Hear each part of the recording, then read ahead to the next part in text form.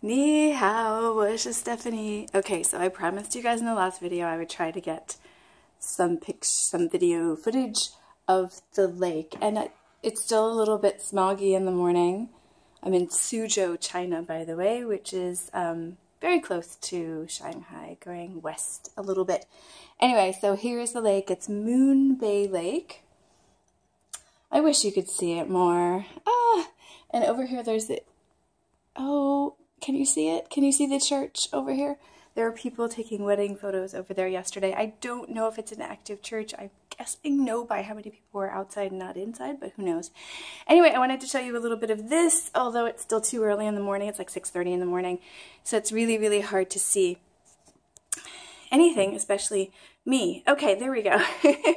All right, so I have a burning question for you guys, and I've been thinking about this for a long time.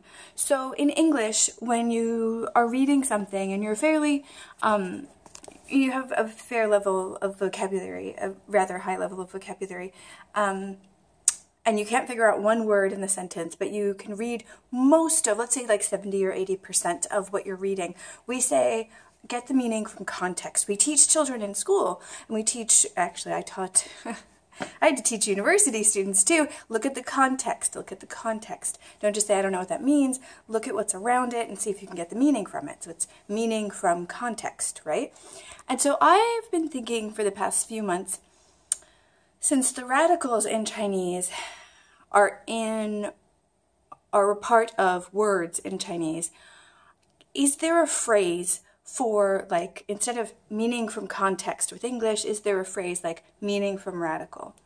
I don't know. There probably is. Every time I say something like this, you guys come up, or not come up with, but you let me know the Chinese word for the idea that I am having. So I'm not pretending to have original ideas about a language that is thousands of years old. I'm just trying to understand the differences between English and Chinese, because let me tell you, there are differences.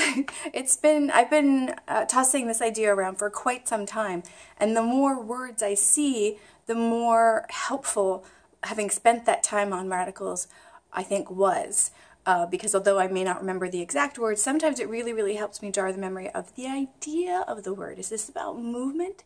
Is this about speaking? Is this about something electronic? Is this about... I think if you know Chinese, you know the radicals that I'm talking about. So yeah, so there's that. So it's rather an interesting idea, I think, and if there is a word attached to it, I would love to know what that thing is. Again, learning from context in English, is there an equivalent like learning from radical? Is there a word or phrase, or even better, a teaching method that focuses on this? Because this is a really helpful way to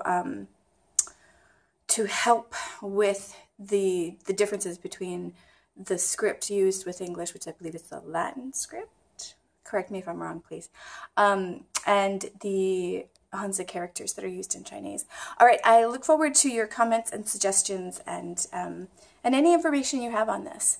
Again, an ultra geeky thing. I want a term. I want to put a label on this, and then go geek out and research it and see what other people are saying about it, because I love doing that. Anyway, thank you so much, and good morning. 6:30 in the morning from Suzhou, China. I have to go to work now. Sachian.